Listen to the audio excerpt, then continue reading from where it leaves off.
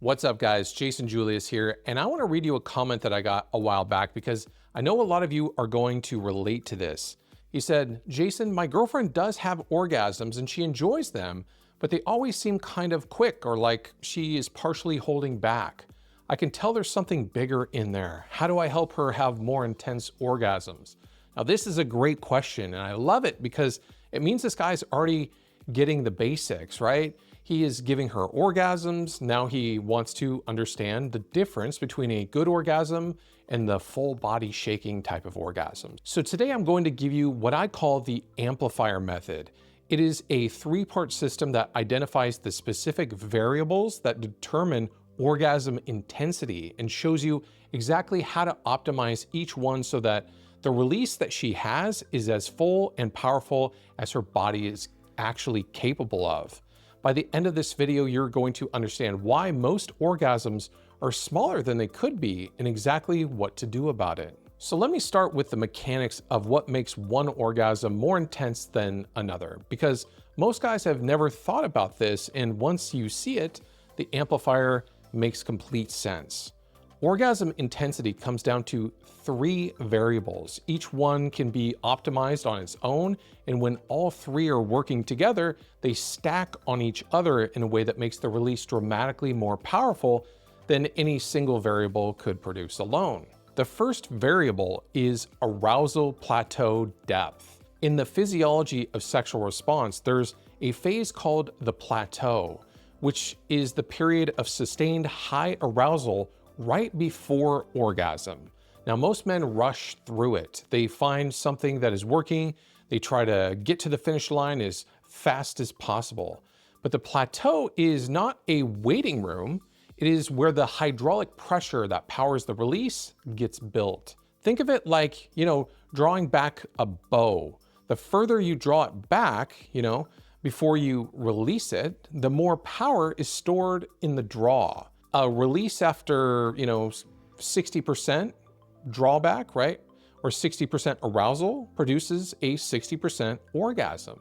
A release from 90% produces something completely different. Now, most women are releasing at 60 or 70% because their partner never let the plateau develop fully. The extended plateau is how you fix that. The second variable is rhythm consistency. This one is counterintuitive for most guys. When things start getting really intense during sex or during stimulation, the instinct is to do more, go faster, add something. And that instinct is almost always wrong at the peak. The moment you have found the rhythm and pressure and position that is building towards the release, any change in that pattern drops her back down the arousal curve and she has to rebuild. Changing technique when things are working is the single most common way to accidentally shrink an orgasm. Now, the third variable is brain state depth.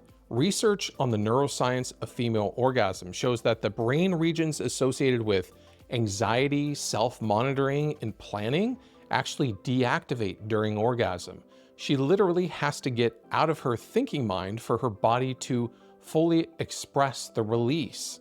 If she is monitoring herself, wondering if it's going to happen or distracted by anything in the environment, her brain cannot reach the depth required for full release. She ends up partially in her body and partially in her head. And the orgasm reflects that split. And my wife and I have actually created a whole training for women that actually helps them get into this state easier. And it makes one of the biggest differences in their ability to have an orgasm because it's that important. Now, deep brain state means full release. Partial brain state means partial release. And that's why you'll often hear me say over and over, half of getting her there is the mental side. Now, let me give you the specific technique for optimizing each variable. These are the three amplifiers. Amplifier 1, the extended plateau. This is how you draw the bow all the way back instead of building her arousal and going straight to release. You build to about an 8 on the arousal scale, and then you deliberately ease off. I would say this is more of an advanced technique once you've given her orgasms and you know her body and how her body and mind work. This is something that you build up to. but it's really important because you know when she's getting close to it and you deliberately ease off. Now you're not going cold, just a shift in stimulation that backs her off the peak slightly down to maybe like a 6 or 7, and let her come down a little bit and then build back up towards that 8 again. And you do this maybe 2 or 3 times maximum before you allow the full release. Now, what is happening physiologically is that the urethral sponge and clitoral complex are engorging further with each cycle, and her nervous system is habituating to high arousal states. Her threshold for what feels like the peak actually rises. When the release finally does come, the pressure behind it is far greater than it would have been on the first approach.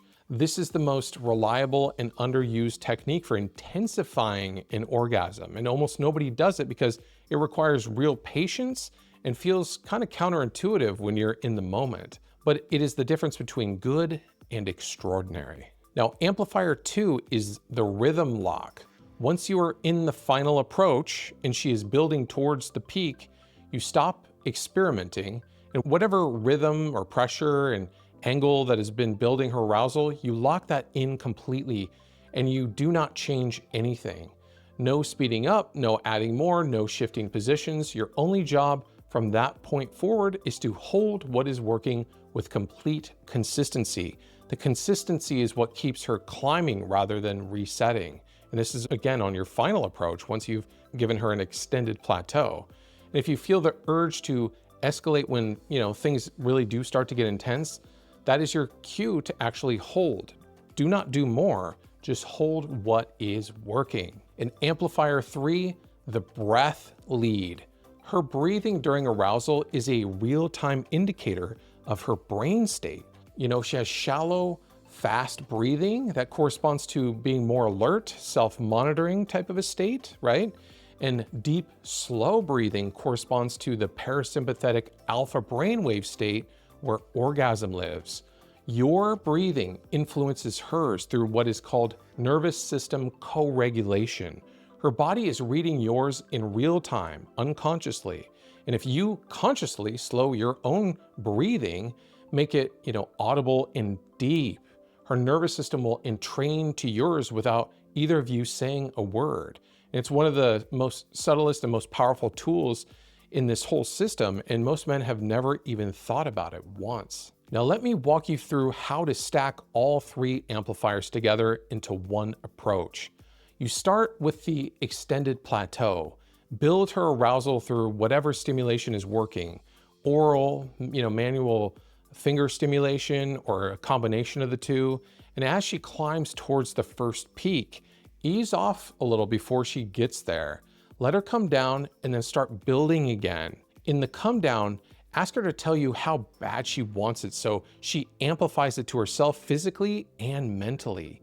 Do this maybe 2 or 3 times and pay attention during each cycle to which specific rhythm and type of stimulation is creating the strongest response. That is the information that you need for the rhythm lock. Now on the final approach, as you bring her back up for the last time, drop your own breathing audibly, slow it down, deepen it, and let her hear it. That is your breath lead activating. It pulls her brain state deeper without a word. Then go into the rhythm lock with whatever you identified as working during the plateau cycles. Hold it without change as she climbs. When the release comes, hold through it. Do not pull away. Do not change anything. Hold the consistency through the entire orgasm rather than easing up the moment that it begins. Many men unconsciously back off when the orgasm starts because it feels like the job is done. The release is still happening and your consistency through it matters. And one more thing, if you watched one of my previous videos on the surrender threshold, you'll recognize that the extended plateau is the exact setup that makes crossing the threshold possible. The multiple approach and back off cycles build the same hydraulic pressure in the urethral sponge that allows the full body release rather than just a localized one.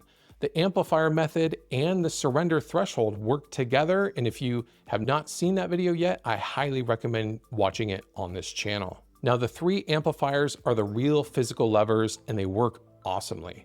Now, there's one more thing underneath all of them that is really worth naming. Her ability to stay in the deep alpha state through the extended plateau, to remain present through each cycle of buildup rather than dropping into self-monitoring, depends on how safe and seen she feels in your presence.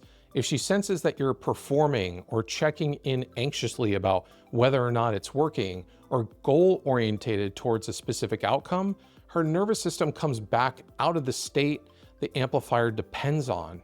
She returns to beta wave state. The physiology changes and the intensity drops. When you approach this with genuine passion, real warm desire for her specific pleasure, and the perceptive depth to feel what she is responding to without constantly asking for it, she can stay in the trance long enough for the extended plateau to do its full work. That passion energy and depth energy are what create the conditions the amplifier runs inside. The technique is the instrument. Your presence is what makes it music.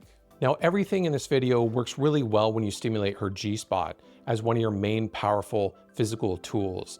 The extended plateau, the pressure that builds through each cycle, the release that finally comes when all three amplifiers are stacked together. All of it is most effective through internal stimulation of the urethral sponge. And if you want to understand the full anatomy, how to find it, how to tell when it is engorged and ready, and the specific technique that builds the pressure behind everything that we just covered today, I have a free training over at jasonjulius.com. Head over to jasonjulius.com/squirt, watch it. It's completely free, and she's absolutely going to love it. It is the physical foundation this entire approach is built on, and I will put a link in the description below. Now, if this video helped you, make sure you hit that thumbs up button because it genuinely helps the channel reach more guys that need to hear this message, and it means the absolute world to me. And make sure you're subscribed because there's a lot more coming up on giving your woman orgasms and being awesome in bed. And leave me a comment below if you have any questions, and I'll see you in the next video.